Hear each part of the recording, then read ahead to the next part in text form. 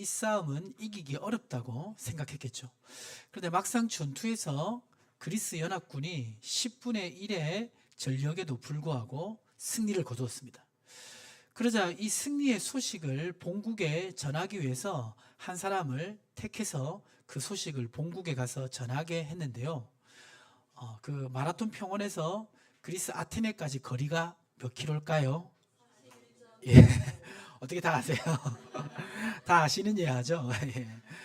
그래서 그 사람이 40km를 정말 최선을 다해서 뛰어가지고 그 소식을 전하고 어떻게 되었다? 죽었대요. 그래서 그것을 기념하기 위해서 마라톤 경기가 생겨났다라는 그런 유래가 있습니다. 자, 그런데 이 사람이 이 소식을 전하는 자로 선택되었을 때 이 사람이 가장 중요하게 생각했던 것은 무엇일까요? 그것은 어떻게 하든지 본국에서 두려움과 염려 가운데 있던 사람에게 이 승리의 소식을 전해야겠다라는 그 사명감이 가장 크지 않았겠습니까?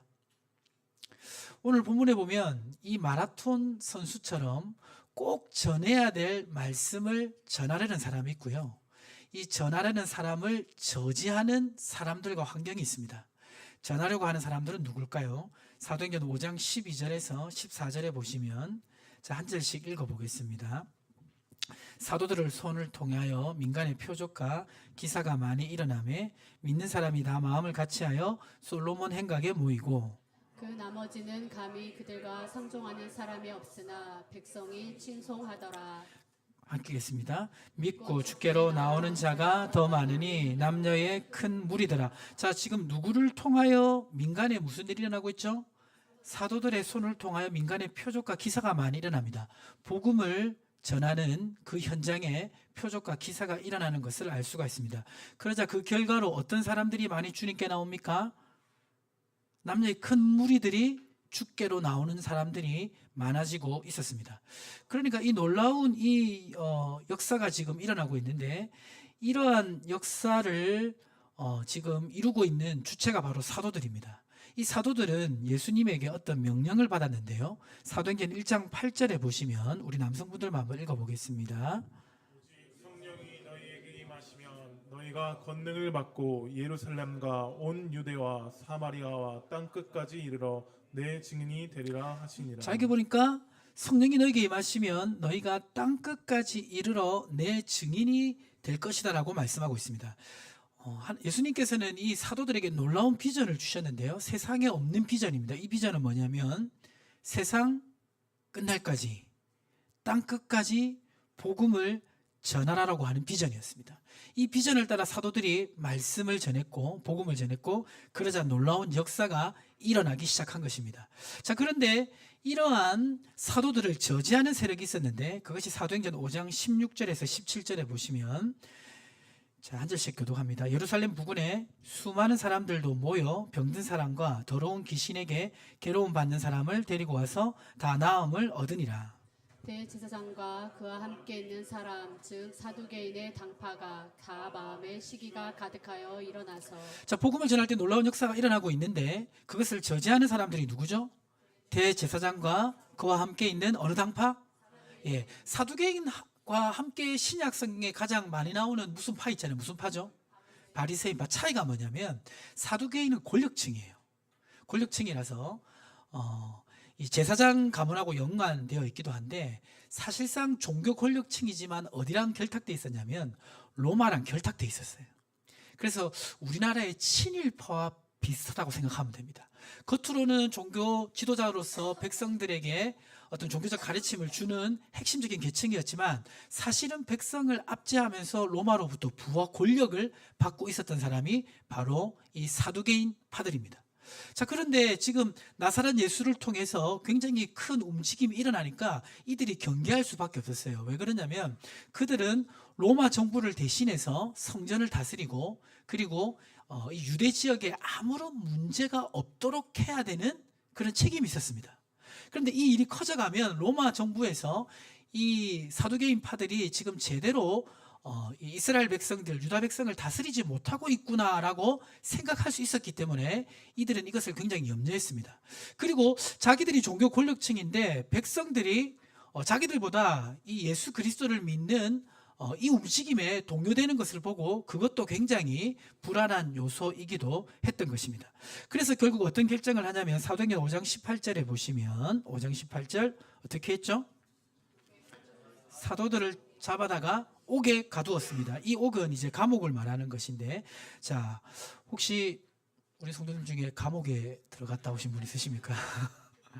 예, 우리가 드라마에서 보면 이제 감옥에 들어가면 사실은 벗어날 수 없는 곳이잖아요. 그래서 물리적으로 완전히 저지를 한 것입니다. 자, 그런데 어떻게 되었을까요? 사도행전 5장 19절 우리 청년들만 한번 읽어보겠습니다. 시작. 주의 사자가 밤에 옥문을 열고 끌어내어 이르되. 자, 주의 사자는 뭐죠? 라이언입니까? 엔젤입니까? 주의 천사가 나타나서 초자연적인 능력으로 옥에 갇혀 있는 사도들을 끄집어낸 것입니다. 자, 그럼 여기서 우리가 한 가지 생각해 볼 것이 있는데, 이 주의 천사가 등장할 때는 그냥 등장 안 해요. 주의 천사가 나타나서 어떤 특별한 역사를 이룰 때는 반드시 이유가 있습니다. 이렇게 물리적으로 도저히 벗어날 수 없는 이 물리적 법칙을 깨고 하나님의 역사가 일어날 때는 그만한 이유가 있는 것입니다. 자, 그러면 이 천사들이 사도들을 끄집어내서 뭐라고 말합니까? 사도행전 5장 20절에 보니까 어떻게 하라? 그렇죠. 무엇을 백성에게 말하라? 좀 더 정확하게. 그렇죠. 맞습니다. 이 생명의 말씀. 이 생명의 말씀이라는 것은 그 전에 전하던 그 말씀을 계속 전하라. 그 말씀을 전하는 것이 너무 중요하므로 지금 옥에 갇혀 있지만 초자연적인 역사로 너희를 건져냈으니까 계속해서 생명의 말씀을 전하라고 한 것입니다. 자, 그러면 우리가 생각해 볼 것은 뭐냐면 이 생명의 말씀은 무엇이었을까? 사도행전 4장 1절과 2절 우리 여성 성도님들 한번 읽어보겠습니다. 사도들이 백성에게 말할 때 제사장들과 성전 맡은 자와 사두개인들이 이르러 예수 안에 죽은 자의 부활이 있다고 백성을 가르치고 전함을 싫어하여. 자, 그 전에 보니까 이들이 전했던 생명의 말씀의 핵심은 무엇 안에 무엇이 있다? 예수 안에 죽은 자의 부활이 있다. 죽은 자. 죽은 자는 누구냐면 우리 모두는 어느 순간이 되면 죽습니다. 그렇죠? 그렇지 않습니까? 우리 청년들은 별로 죽음을 생각해 보지 않았을 거예요. 그렇죠? 그런데 인생의 하프타임을 지나신 분들은 죽음에 대해서 생각하기 시작합니다. 여기 하프타임 지나신 분들 죽음에 대해서 생각하시죠? 예, 저는 아직 하프타임을 안 지났습니다. 근데 제가 하프타임 안 지났다니까 일부에 어느 집사님이 깜짝 놀라시더라고요. 보시고 제가 깜짝 놀랐어요. 나 아직 안 지났는데. 세월이 지날수록 이 죽음에 대해서 깊이 생각하게 됩니다. 왜냐하면 죽음은 누구도 피해갈 수 없기 때문입니다. 그렇죠? 사람이 죽음이 있습니다. 육신의 죽음만 있는 것이 아니라 영적 죽음이 있어요. 영적 죽음은 하나님을 알 수도 없고 깨달을 수도 없고 경험할 수도 없고 교제할 수도 없는 것, 영적 죽음입니다. 그리고 육신의 죽음만 있는 것이 아니라 육신의 죽음보다 훨씬 더 무서운 영원한 죽음이 있습니다. 천국과 지옥에서 영원한 심판과 축복을 받게 되는데 지옥에서 받는 영원한 심판, 영원한 죽음이 있습니다. 자, 그런데 이 지금 생명의 말씀, 죽음에서 건지는 생명의 말씀은 무엇입니까? 죽은 자에게 예수 안에 죽은 자의 부활이 있다. 비록 죽지만 다시 살아난다. 육신의 죽음으로 한 번 죽지만 다시 부활해서 영원한 생명을 얻게 된다. 그리고 하나님과의 교제가 막혀있는 영적 죽음도 없어진다. 바로 예수 안에 이런 부활이 있다라고 백성에게 가르쳤는데 이게 바로 생명의 말씀이라는 것입니다. 근데 이 생명의 말씀이 전해지자 영원한 생명을 얻고 죽음에서 벗어났을 뿐만 아니라 또 놀라운 역사가 일어났습니다. 사도행전 5장 16절 같이 한번 읽어보겠습니다. 시작. 예루살렘 부근에 수많은 사람들도 모여 병든 사람과 더러운 귀신에게 괴로움 받는 사람을 데리고 와서 다 나음을 얻으니라. 죽음의 문제만 해결됐던 것이 아니라 죄로 말미암아 일어난 그 삶의 문제, 질병의 문제와 그리고 더러운 귀신에게 괴로움 받는다는 것은 정신적이고 영적인 문제인데 그러한 문제까지 해결되는 놀라운 역사가 일어났습니다. 왜 이런 역사가 일어날 수 있었냐면 이 생명의 말씀에는 능력이 있기 때문입니다. 생명의 말씀에는 뭐가 있다고요? 능력. 그 능력은 무엇일까요? 로마서 1장 16절 우리 웅범형제가 한번 읽어주세요. 내가 복음을 부끄러워하지 아니하노니 이 복음은 모든 믿는 자에게 구원을 주시는 하나님의 능력이 됨이라. 먼저는 유대인에게요 그리고 헬라인에게로다. 자, 이 능력이 누구의 능력? 하나님의 능력입니다. 우리 샘물교에서 팔씨름 제일 잘하시는 분 누구시죠? 네, 서로 이렇게 다들 팔씨름 대회 한번 하면 좋겠는데요. 우리는 능력 있는 사람들을 많이 생각합니다. 아, 이 사람 능력 있어. 저 사람이 능력 있어. 그런데 생명의 말씀은 누구의 능력이 나타난다고 말하고 있습니까? 하나님의 능력이 나타납니다. 그래서 죽음의 문제를 해결하는 거예요. 어떻게 죽음의 문제를 해결할 수가 있습니까? 누구나 다 죽지만 복음의 능력, 생명의 말씀이 들어가면 죽음의 문제가 해결되어서 영원한 생명을 얻게 되고, 그리고 하나님과 막혀있던 그 영적 죽음이 영원히 해방돼서 하나님과 교제하며 소통하는 역사가 일어납니다. 그뿐만 아니라 삶 속에서도 죄로 말미암아 온 여러 가지 저주가 풀리는 역사가 일어나는데요. 누가복음 4장 18절에 보면 그러한 역사를 기록하고 있습니다. 우리 여성 성도님들만 한번 읽어볼까요? 주의 성령이 내게 임하셨으니 이는 가난한 자에게 복음을 전하게 하시려고 내게 기름을 부으시고 나를 보내사 포로된 자에게 자유를, 눈먼 자에게 다시 보게 함을 전파하며 눌린 자를 자유롭게 하고. 이 생명의 말씀이 전해지면 죽음의 문제만 해결되는 것이 아니라 죄로 말미암아 오게 된 삶의 문제들도 해결되는데, 그것을 지금 이렇게 표현하고 있는데요. 이것을 자세히 설명해 봤습니다. 가난한 자에게 복음이 전해지고, 포로된 자, 다른 사람이 압제당하는 자에게 자유를, 눈먼 자, 삶의 목적과 비전이 없는 자에게 다시 보게 함을, 눌린 자, 염려와 걱정하는 사람을 자유롭게 하는 능력이 나타난다는 것입니다. 지금 이 네 가지 항목을 혹시 이 명절 주간에도 겪고 계신 분 있습니까? 우리 모든 사람은 여기에서 자유로울 수가 없습니다. 왜냐하면 죄로 말미암아 온 결과이기 때문입니다. 그런데 여기에서 자유케 하는 능력이 바로 생명의 말씀에 있다는 것입니다. 자, 그럼 이 생명의 말씀을 맡은 사람은 누구죠? 사도죠. 그렇죠? 옛날에는 사도. 그럼 오늘날 이 시대의 생명의 말씀을 맡은 사람은 아니라 사도행전 28장 19절과 20절에 그 답이 있어요.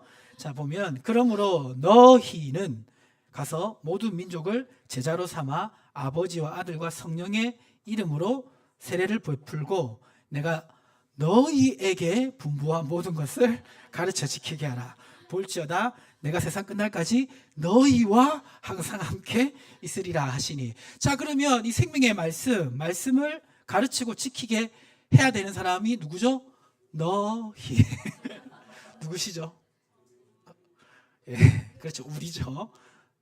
김찬희 목사님만 아니라 여러분이 이 생명의 말씀을 맡은 자입니다. 자, 근데 이 맡았다 하면 좀 부담스러워요. 그렇지 않습니까? 맡았다 하면 부담스러워요. 아까 마라톤 전투에서 40km를 뛰어가가지고 이 소식을 전해야 되는 사람, 누군가가 지정했을 거 아닙니까? 너가 40km를 뛰어가서 이 소식을 전해라. 그 얘기를 들었던 사람은 어떤 생각을 했을까요? 왜 내가 이 소식을 전해야 되는가 생각을 많이 했을까요? 아니면 지금 막 전쟁의 결과에 대해서 두려움과 염려에 떨고 있는 가족과 친지들과 백성들에게 그것을 전해야겠다는 사명감이 컸을까요? 우리 말씀을 맡은 자가 기억해야 될 중요한 사실은 왜 내가가 아닙니다. 어떻게 이것을 전할까? 또 전해질 사람에게 어떤 축복이 흘러갈까? 이것이 중요한 것 아니겠습니까? 아멘이십니까? 생명의 말씀을 우리 교회가 먼저 맡았고요. 샘물교회가. 그리고 여러분이 맡았는 줄 믿으시기 바랍니다. 아니면 왜 용민호 122번 길 49 여기에 샘물교회를 하나님이 세우셨으며, 아니면 왜 여러분이 지금 이 시간에 다른 데 갈 수도 있는데 이 교회에 와 있겠습니까? 바로 생명의 말씀을 맡은 자이기 때문인 줄 믿으시기 바랍니다. 아멘이십니까? 자, 그러면 이 생명의 말씀을 맡은 자가 기억해야 될 것이 있는데요. 기억해야 될 것 같이 한번 읽어보겠습니다. 생명의 말씀을 맡은 자가 기억해야 할 것은 생명의 말씀을 아무도 막을 수가 없습니다. 자, 이 생명의 말씀을 아무도 막을 수 없다는 것입니다. 아까 사도행전 5장 19절에 보면 주의 천사가 밤에 무엇을 열었죠? 옥문을 열었는데 옥문을 열려고 할 때 상황이 어떻게 되었는지 사도행전 5장 23절에 기록되어 있는데요. 보니까 이르되 우리가 본즉 옥은 어떻게 잠겨 있고 든든하게 잠겨 있고, 이거 원어를 보면 비밀스럽게 잠겨 있다는 뜻입니다. 그러니까 외부인들이 절대로 열 수 없게 해놨다는 거예요. 그리고 사람들이 지키고 있었습니다. 자, 그러면 문도 열 수 없고 사람들도 지키고 있는데 이것을 해결해서 그 사람들을 꺼내올 수는 없는 거예요. 그런데 천사는 초자연적인 능력으로 물리적 법칙을 뛰어넘어서 지금 이 일을 행한 것입니다. 사실 감옥은 세상의 권력이 물리적으로 통제하는 가장 강력한 수단이 감옥입니다. 감옥에 갇히면 끝입니다. 감옥에 갇히면 어떻게 되냐면요, 무엇을 포기하죠? 모든 것을 포기할 만큼 절망스러운 것이 감옥입니다. 사도들도 지금 여기에 갇혀 있습니다. 그런데 사도행전 5장 19절에 보니까 누가 이 옥문을 열었습니까? 주의 천사가 옥문을 열었습니다. 그것은 주의 천사가 움직일 때는 하나님께서 이 일을 관여하신다는 것이죠. 하나님이 만드신 물리적 법칙을 지금 뛰어넘으면서까지 하나님이 이 일을 행하시겠다는 강력한 의지가 있다는 겁니다. 보통 하나님께서도 일반적인 자연적 법칙은 그대로 내버려 두시면서 세상을 통제하실 때가 많습니다. 섭리하실 때가 많습니다. 그러나 하나님의 특별한 뜻이 있을 때는 그것을 뛰어넘으면서까지 하나님의 역사를 이룹니다. 그래서 이제 이런 역사가 이룰 때 천사들이 자주 등장하는데요. 성경에 보면 어떤 한 여성이 천사를 만났을 때가 있습니다. 10대 후반의 소녀가 천사를 만나서 정말 이해 안 되는 얘기를 듣습니다. 그것은 뭐냐면, 아직 10대 소녀고 약혼만 하고 결혼도 안 했는데 너에게 아들이 잉태할 거라는 말씀이었어요. 그 말씀을 들은 여성이 누구죠? 마리아죠. 마리아는 당연히 천사에게 이렇게 물었습니다. 누가복음 1장 34절에 보니까 우리 여성 성도님 한번 읽어보실까요? 마리아가 천사에게 말하되 나는 남자를 알지 못하니 어찌 이 일이 있으리이까. 마리아는 남자와 여자의 생물학적 관계를 통해서 아이가 생산된다는 것을 알고 있었습니다. 그런데 그런 것 없이 아이가 잉태된다고 하니까 여기에 대해서 물은 것입니다. 그때 천사가 뭐라고 대답했냐면 누가복음 1장 35절 37절에 보니까 천사가 대답하여 이르되 성령이 내게 임하시고 지극히 높으신 이의 능력이 너를 덮으시리니. 그러니까 분명히 생물학적으로 이루어질 수 없는 일이지만 하나님의 능력이 너와 함께하고, 그리고 그 다음 보니까 이러므로 나실 바 거룩한 이는 누구의 아들이다? 하나님의 아들이다. 하나님의 구원 계획을 이루기 위해서 이 일이 이루어짐을 말하고 있습니다. 제가 정리하면요, 자, 넘겨주시면 성령이 내게 임하시고 하나님의 능력이 너와 함께하고, 그리고 하나님의 아들이 탄생해야 되는 하나님이 원하시는 목적이 이루어지기 위해서는 37절의 말씀이 이루어진다는 것입니다. 무엇입니까? 하나님의 모든 말씀은 능치 못하심이 없느니라. 어떤 환경적 장애도, 물리적 장애도, 생물학적 장애가 있다 할지라도 하나님의 목적이 있고 하나님의 능력이 함께하면 능치 못하심이 없도록 역사하신다는 것입니다. 자, 근데 지금 이런 이 놀라운 하나님의 역사가 지금 감옥 안에 있는 사도들에게 나타나게 된 것입니다. 교회는 생명의 말씀을 전해야 되는 곳입니다. 그렇죠? 교회가 생명의 말씀을 전하려고 할 때 그것을 마귀는 가장 싫어하고요, 하나님은 가장 기뻐하십니다. 그런데 지금 생명의 말씀을 전하려고 하는 이 사도들을 대제사장들과 사두개인들이 방해를 한 것처럼 방해가 있어요. 그리고 우리 개인도 생명의 말씀을 맡은 자로 살아가고 할 때 방해들이 있습니다. 그런데 중요한 사실은 무엇입니까? 사람들이 방해해도, 환경이 막혀도 하나님이 이 일을 밀고 나가신다는 것입니다. 아멘이십니까? 그래서 우리는 이 생명의 말씀을 전할 사명을 가지고 있어야 됩니다. 감사하게도 저는 말씀 사역의 비전이 있습니다. 우리 선대 목사님부터 말씀으로 다져온 이 샘물교회 하나님께서 저를 또 세우신 것은 이 말씀 사역을 열어가라는 뜻으로 저는 알고 기도하고 있습니다. 제가 생각하고 있는 말씀 사역의 비전은 세 가지인데요. 하나는 교리를 가르치는 것이고요. 또 하나는 성경을 한 권 한 권 가르치는 것입니다. 그리고 성경을 묵상하는 이런 훈련을 하는 것입니다. 이 세 가지 방향을 가지고 샘물교회는 앞으로 말씀 사역을 해나갈 건데 저는 확신합니다. 하나님이 말씀 사역하는 교회를 쓰실 줄 믿습니다. 왜 그러냐면 그게 너무 필요하거든요. 우리 조국교회 필요하거든요. 필요로 하는 사람들이 너무 많기 때문에 하나님 쓰십니다. 그리고 지금 이제 복음의 역사가 어떻게 지금 되어지고 있냐면요. 지금 복음의 역사가 지금 이 한국이 한참 타올랐다가 복음의 역사가 이제 조금 시들어가고 있고 중국이 타오르다가 시진핑이 집권하면서 굉장히 많이 죽었습니다. 자, 그런데 여전히 저쪽에 동남아시아권에는 굉장히 복음이 일어나고 있어요. 근데 그들은 열정은 있거든요. 열정은 있는데 뭐가 없냐면 체계적인 말씀에 대한 훈련이 너무 부족합니다. 그리고 저기 유럽교회는 이미 죽었어요. 죽은 유럽교회는 다시 복음이 필요합니다. 그래서 하나님께서는 말씀 사역이 우리 조국뿐만 아니라 이 열방 가운데 퍼지기를 원하세요. 그래서 하나님이 준비되시면 쓰실 줄 믿습니다. 그래서 중요한 포인트 하나 있는데 뭐냐면요.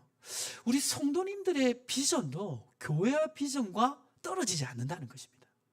하나님이 여러분 개인에게 부르신 비전이 있잖아요. 근데 그 비전과 교회의 비전은 연결돼요. 무슨 말이냐면 여러분이 하는 개인적인 직장의 삶과 미래의 계획들과 교회에서 하는 비전을 연결시키는 은혜가 있기를 축복합니다. 어떻게 연결시키지? 기도하며 생각해 보세요. 연결될 때 하나님이 교회를 사용하실 때 여러분의 삶도 직장도 함께 사용하실 줄 믿습니다. 자, 그리고 우리가 기억해야 될 것이 있는데요. 이 감옥에 갇히면 모든 것을 포기하게 되는 곳이 감옥인데 이 감옥 대신에 다른 단어를 제가 한번 넣어봤습니다. 자, 감옥에 갇히면 모든 것을 포기하게 되는데요. 감옥이 아니라 파산을 해도 모든 것을 포기할 것 같은 그런 절망을 느낄 때가 있습니다. 그리고 실직하게 될 때도 그렇고요. 또 가정에 또 어려움이 있을 때도 그렇습니다. 또 암과 같은 질병에 걸릴 때도 그렇고요. 또 정신적으로 어려움이 있을 때도, 그리고 잠을 자지 못할 때도, 또 가족을 잃을 때도 이러한 어려움을 겪기도 합니다. 이것은 물리적 감옥은 아니지만 우리를 좌절시키는 여러 가지 문제들이기도 합니다. 자, 여기에서 벗어나기 위해서는 어떻게 해야 될까요? 오늘 이 감옥의 문을 연 것은 하나님의 주권적인 뜻입니다. 생명의 말씀을 전하게 하기 위해서 감옥의 문을 여셨습니다. 마찬가지로 오늘 우리 성도님들의 삶 속에서 정말 감옥과 같이 나를 절망하게 하는 이러한 것들이 있다면 거기서 벗어나기 위해서는 어떻게 해야 됩니까? 우물에 빠진 아이를 건져내기 위해서는 동아줄을 내려줘야 됩니다. 그러면 동아줄을 그 아이가 감기만 하면 어떻게 됩니까?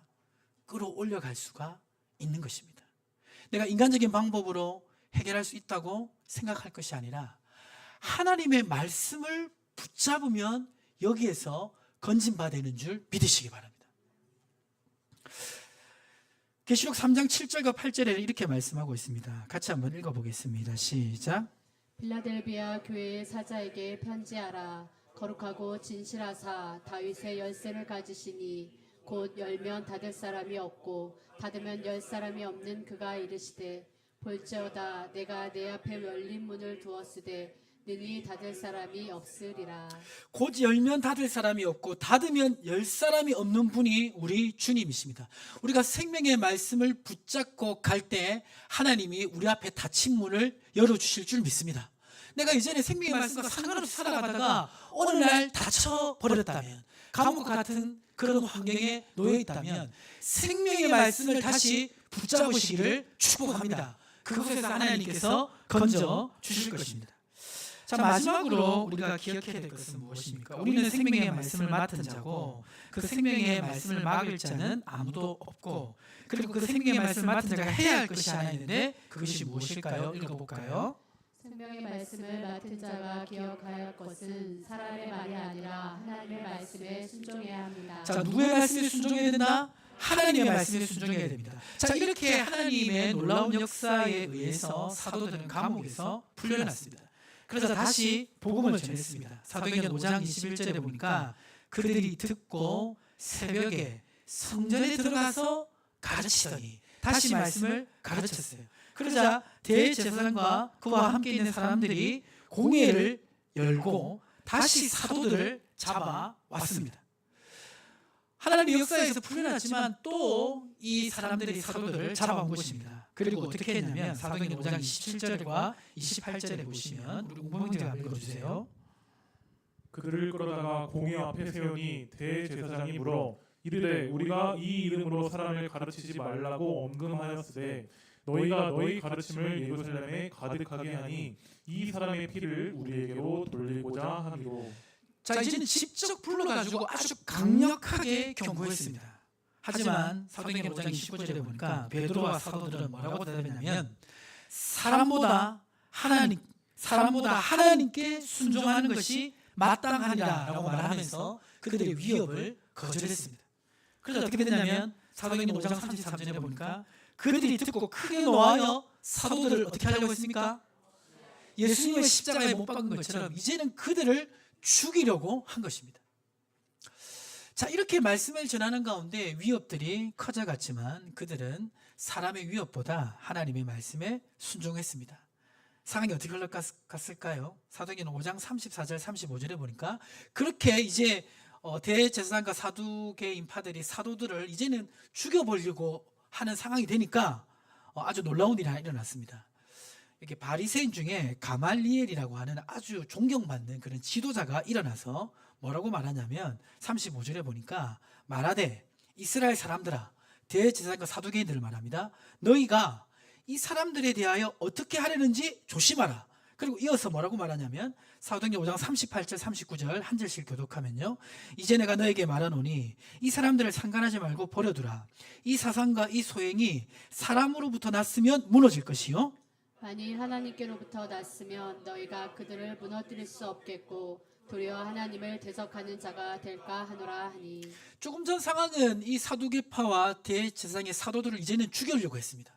그렇지만 자기들이 존경하는 뛰어난 이 가말리엘이라는 사람이 일어나서 이 사람들 건드리는 거 조심해라. 만약에 진짜 하나님으로부터 난 것이면 어떡할래? 너희가 막을 수 없지 않겠느냐? 그리고 만일 사람에게 난 것이면 알아서 사라질 텐데 이렇게 대처할 필요가 없다라고 말한 것입니다. 그러자 대제사장과 사두개인들이 그 충고를 받아들였어요. 그리고 결론은 어떻게 되냐면요, 사도행전 5장 22절 같이 읽겠습니다. 그들이 날마다 성전에 있든지 집에 있든지 예수는 그리스도라고 가르치기와 전도하기를 그치지 아니하니라. 사람보다 하나님께 순종했을 때 큰 위협이 있었지만 결국 이 사역을 계속할 수 있도록 하나님께서 길을 열어 주신 것입니다. 여러분, 오늘날 하나님이 어떤 사람을 사용하신다고 생각하십니까? 어떤 교회를 사용한다고 생각하십니까? 숫자가 아주 많은 성도들이 많은 교회를 사용한다고 생각하십니까? 건물이 큰 교회를 사용한다고 생각하십니까? 그렇죠. 사용하시죠. 사용도 하십니다. 왜냐하면 숫자가 많으니까, 많은 사람들이 있으니까 사용하시죠. 그런데 사용도 하시지만 큰 교회와 많은 성도들이 오히려 복음 사역을 막을 때도 많습니다. 그렇지 않습니까? 돈이 있다고 하나님이 사용하실까요? 우리 한국 교회는 지금 그 어느 때보다 돈이 많아요. 돈이 얼마나 많은지 모릅니다. 그런데 이전 시대보다 하나님이 한국 교회를 더 크게 사용하고 계십니까? 권력이 있다고 하나님께서 교회를 사용하십니까?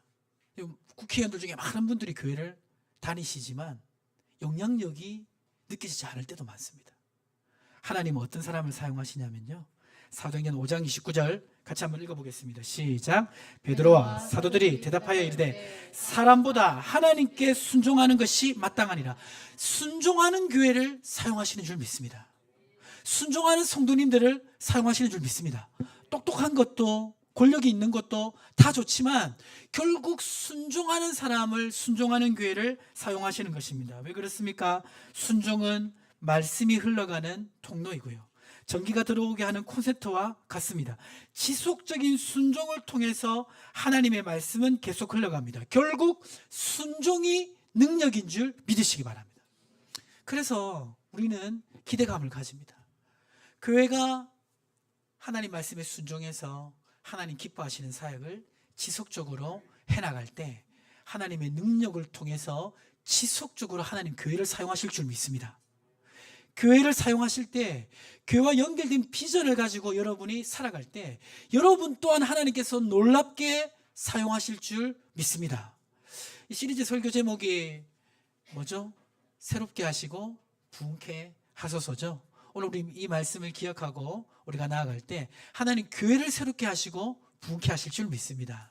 여러분의 삶도 새롭게 하시고 부흥케 하실 줄 믿습니다. 말씀을 마무리하겠습니다.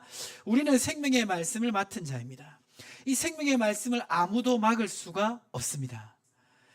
이 생명의 말씀을 맡은 자는 사람보다 하나님께 순종해야 합니다. 이것을 기억하고 살아갈 때 하나님께서 놀라운 은혜를 주실 줄 믿습니다. 하나님 아버지, 새롭게 하시고 부흥케 하소서 시리즈 설교를 듣는 가운데 오늘 생명의 말씀을 맡은 자라는 말씀을 들었습니다. 하나님,